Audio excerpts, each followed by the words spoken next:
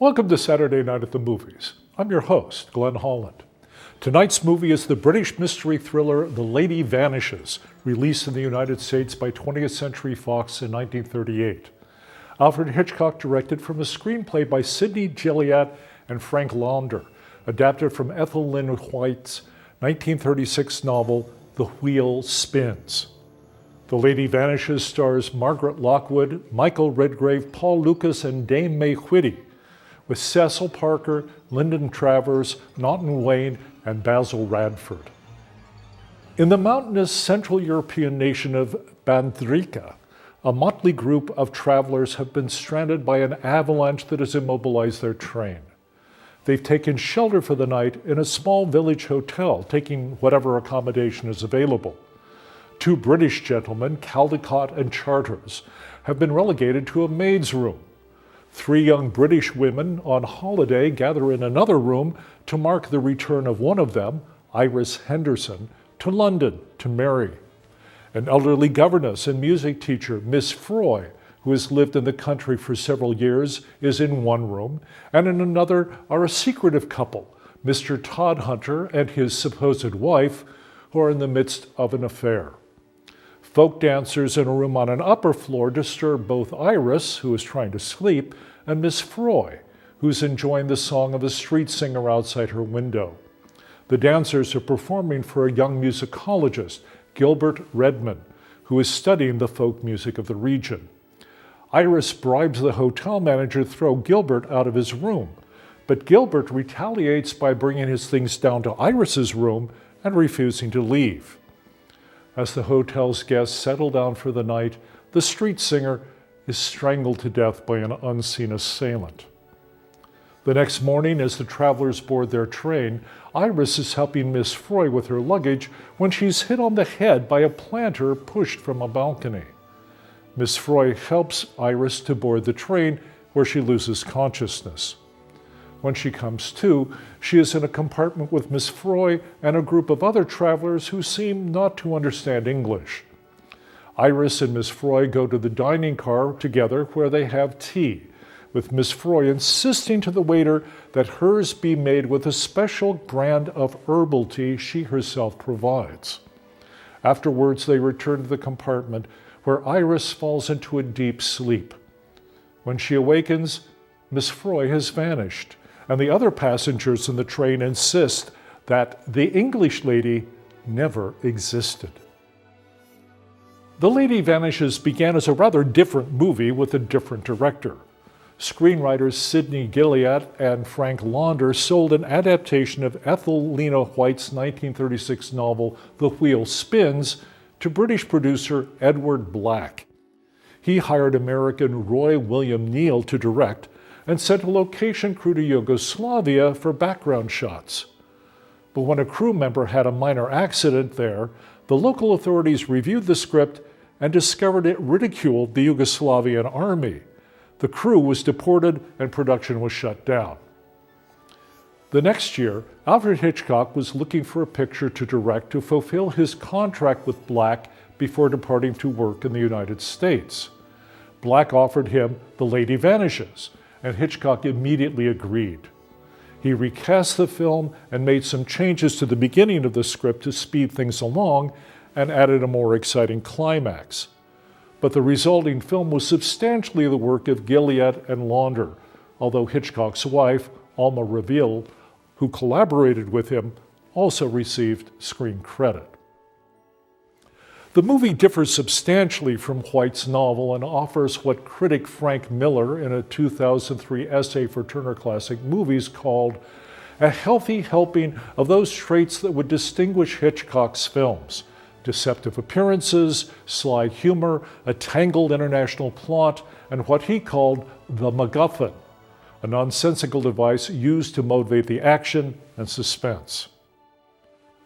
The result is a movie French director François Truffaut called his favorite Hitchcock film, one Orson Welles claimed to have seen at least 11 times. Alfred Hitchcock first considered casting German actress Lily Palmer as Iris Henderson, but soon decided on 21-year-old Margaret Lockwood. He explained to the Australian newspaper The Queenslander in 1938, "She has an undoubted gift in expressing her beauty in terms of emotion, which is exceptionally well suited to the camera. Allied to this is the fact that she has an extraordinary insight in getting the feel of her lines to live within them." Critic Graham Fuller argued in an article for the British Film Institute that the title of The Lady Vanishes is thought to refer to the kidnapped British spy Miss Froy, but it is the prim lady in Lockwood's Iris Henderson that vanishes under the influence of Michael Redgrave's charming musicologist. Michael Redgrave had previously appeared on screen only in an uncredited role as an army officer in Hitchcock's 1936 thriller Secret Agent, but he was a popular actor on the British stage. The director was concerned that playing the leading male role at what was only his second film might go to Redgrave's head. So on the first day of shooting, he told him, "You know, don't you, that Robert Donat, the star of the 39 Steps, wanted to play this role in the worst way." But Redgrave didn't care, which both ingratiated him with Hitchcock and became an integral part of the easygoing character of Gilbert Redman. Hitchcock used a similar tactic with another of the film's stars, Dame May Whitty. She had made her stage debut in her hometown of Liverpool in 1881 when she was 16 years old. A veteran of British theatre, in 1918 she was made a Dame Commander of the Order of the British Empire in recognition of her charitable work for women during the First World War. During filming of her first scene, Hitchcock interrupted the action and shouted, "Stop! That's terrible! Aren't you ashamed of yourself?" After that, Whitty obediently followed his direction in a performance that made her believable both as a slightly eccentric former governess and music teacher and as a steely agent of British intelligence. Basil Radford and Naunton Wayne, who played Charters and Caldecott, the two Englishmen obsessed with cricket, were both best known as dramatic actors, but their chemistry and comic antics, which at times recalled Laurel and Hardy, endeared them to British audiences. Radford and Wayne reappeared as Charters and Caldecott in two other movies written by Sidney Gilliat and Frank Launder, 1940's Night Train to Munich, also starring Margaret Lockwood, and 1943's Millions Like Us. They also starred in their own spy comedy, Crook's Tour, in 1940. The Lady Vanishes reflects its place in history, as clouds were gathering over Europe a year before the beginning of the Second World War. Jeffrey O'Brien wrote in a 2011 essay for the Criterion Collection, "All along the film pits England against the world, with the English characters not necessarily getting the best of it. But a film that mocks British insularity and hypocrisy ends as a celebration of British pluck and solidarity, as every British character, except for the cowardly appeaser Todd Hunter, shot down waving a white flag, finally reveals a courageous nature." The Lady Vanishes was a major hit, first in the UK and then in the US. Otis Ferguson wrote in a review for the New Republic at the film's opening, "It's as much comedy as straight plot, and some of the exploration of the English mind is as neat as any you'll see, done with relish and droll good humor, planted not only in dialogue and perfect delivery, but in the concept of type and situation.